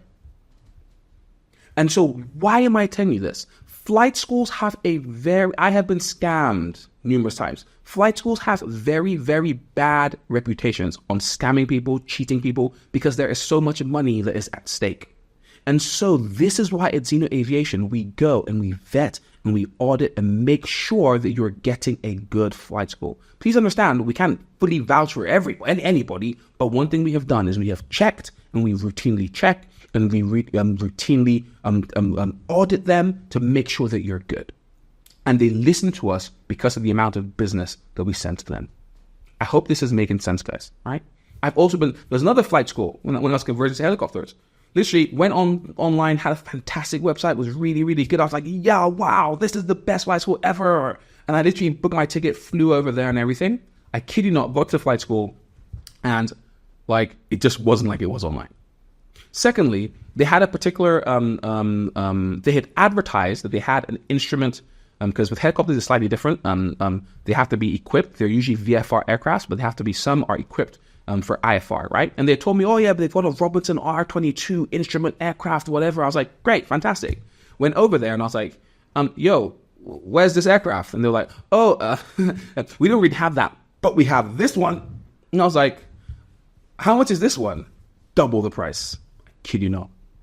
And they made me fly. I was like, yo, like I'm going to leave and go to the other flight school down the road just to do this portion, this instrument portion, because you have to do 10 hours of an instrument training for your helicopters, for your commercial. And so I was like, I can't afford this aircraft. I'm going to go to a flight school across the road, do it there, and I'm going to end up coming back. They're like, no, you can't do that. We're going to call the TSA. We're going to get you kicked out of the country. All the training you've done so far will go to nothing and it will be zero. We're going to make sure of it. Threats started coming in. They were all lies. They couldn't have done that but I didn't know. And so they deceived me and made me stay and fly their really expensive helicopter. Am I making sense, guys? Do you guys want to go through this? I've had people who they were supposed to have a call with me before going to flight school. They decided not to because everybody thinks they know best. And don't even forget that captain who has all this experience and all this knowledge. I'll do it myself. Guy went to flight school, paid his money to flight school, all the money. The flight school scammed him. He didn't do a single flight. He didn't get his money, and then the flight school eventually shut. But how would he know? He didn't know, and he lost all his money. He hasn't got his money back till today. So, at Zino Aviation, we help aspiring pilots like yourself to become commercial pilots. You don't have to make all these mistakes. You don't have to spend more time, more money. There was a guy, I heard about him. He finished from flight school. He came back. We're going to talk about type rating shortly, right? He came back and, he literally, he heard it'd be a good idea to do a Boeing 737 NG type rating because the 737 NG is one of the best aircraft in the world, whatever, right? So he goes and spends maybe $15,000, $20,000 on this particular type rating, right? And then he applies to, the leading company, the leading airline in the country, right? To fly that type rating. And guess what? He got rejected. They didn't give him the job, right? Now, why is this a problem? Because there's only one airline in the country that flies that aircraft. And they just denied him. And secondly, that airline only even hired people who did the type rating in a particular flight school, or particular a flight training provider, an ATO, right? But he didn't know. Why did he know? Because he didn't have a mentor. He didn't have anybody there to guide him and say, dude, that's a really bad decision. Somebody experienced, knowledgeable, accessible. Guys, if you join my mentorship program, you get access to me. I am knowledgeable. I am experienced. I have your time. If you want to talk every day, we can talk every single day. And I'm there to help you and to safeguard you against making decisions which will cost you time, cost you money, cost you energy. You don't want that. Trust me. And the way you get it with this is you join the mentorship program. I hope this is making sense. Great. So let us, to be honest, we already spoke about the mentorship program, right? Like I said, you'll see it somewhere there. Click it, download the brochure, has all the details or whatever, right?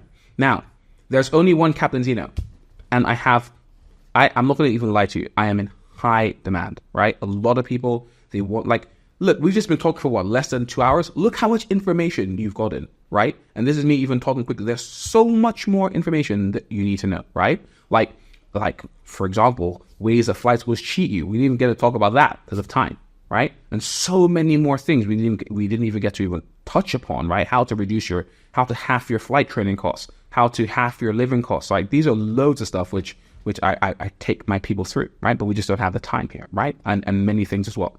And I'm sure you guys still have tons of questions about a lot of stuff. We just don't have the time, right? But on the mentorship program, I have all the time in the world. But my time is extremely valuable. And so it is a paid program. And if you click the brochure, you download the brochure, you can have access to all the details. We've helped people get jobs. We've supported all the people who we mentor and everything. So, but one thing I would definitely recommend is do not delay. I would honestly recommend that you sign up for the mentorship program quickly, because literally, like, for example, I think it was a few weeks ago, we just increased the price by £1,000, right? And it's simply because of supply and demand, right? With so many people coming to me, like I either have to tell people, no, we're not taking people on the mentorship program, or B, I increase the price, which automatically turns them away anyway, right? And then it's only those who can really afford it who join it. Now, I would love to mentor every single one of you, but I'm limited with capacity. And so now is the perfect time to sign up and get me, Captain Zino, to become your mentor. Because if you decide, hey, I'm going to sign up in 6 months or a year or whatever, bro, I don't think you might be able to afford it, right? And it's a shame, but I have to put value on my time. I'm a family man. I spend time with my family. I have a lot of other things which I do, even beyond Zino Aviation as well. And so I have to really value my time. But I look forward to seeing you guys on the mentorship program. Now, after the flight schools, click. You'll also be able to see some of the flight schools which we have available. The South African program is a really, really good program. And they are I'm telling you, it's in Johannesburg, South Africa. There's some amazing, really, really good people that are running that as well, right? And it's a flight school I love. I've been there, I've vetted it, audited it, and it's a really, really good flight school, right? 1 year, right now, it's about $45,000 for training. They've got an admission fee as well, and then accommodation and whatever. But it's a really, really good program. All the details for the flight training program are included in the brochure. So I hope that this webinar, it's been good, right? But I hope it's been able to help you guys. And remember, Zino Aviation, we help aspiring pilots to become commercial pilots. You do not have to be alone. Every single thing that you need to become a commercial pilot, from the knowledge, guidance, medicals, ground schools, programs, getting a job, supporting your training, simulator training, type rating training, all of everything you can possibly think is readily available at Zino Aviation. And also, if you have a look, you'll probably see our service catalog and go through that as well. And look, I've really enjoyed this. I really, really have. And I'm looking forward to working with you guys, right? So yeah, sign up, get involved, and let us start the journey and help you to become a commercial pilot and finally achieve your dreams. Like, honestly, a lot of you guys, you've put this thing off for way too long. Becoming a pilot, I'm not going to lie to you, is the coolest job in the world. I'm not going to lie. Like, becoming a pilot is hard, but when you're a pilot, it's like, I wouldn't say it's not hard, but like, it's not really hard. It's nice, it's chilled. You get to meet some amazing people, fly through some amazing countries. And one of the coolest things about becoming a pilot is like the amount of respect you get is insane. I would confidently say that this is probably, I'd say probably the most respected job. Like when people see a pilot, like, wow. Like in many places, you're literally treated like a king. Like literally, like I remember I've been at the back of a queue before, like oh my goodness, a really, really long queue. But I just had my ID card that had me in my uniform. They're like, dude, come all the way to the front. And I literally somehow, like the staff member took me and chopped the whole queue and sat. I was in the bank trying to open this account years ago, right? And literally went past everybody, sat me one-on-one with the banker. And the banker was like, wow, you're a pilot? I was like, yeah. I was like, how do I become a pilot? Like, bruh. And what actually happened was, I remember he asked me what my starting salary, because I just become a pilot, and this was like my starting salary. And he asked me, how much is your starting salary? And I told him, he was like, what? How do I become a pilot? I'm actually thinking of a career change, right? So it's fantastic. I've had many doors open up onto me becoming a pilot, and it's a great job. Sitting down there, just chilling, with your captain, with your co-pilot, it's flying through the clouds. There is nothing in this world like it. That's how I can put it. And at Zino Aviation, we are here to help you fulfill your dreams and become a commercial pilot. So I hope you'll be able to join me on the mentorship program, and I hope that you'll be able to join one of our partner flight schools and have a fantastic time. So God bless you guys. Take it easy. Peace.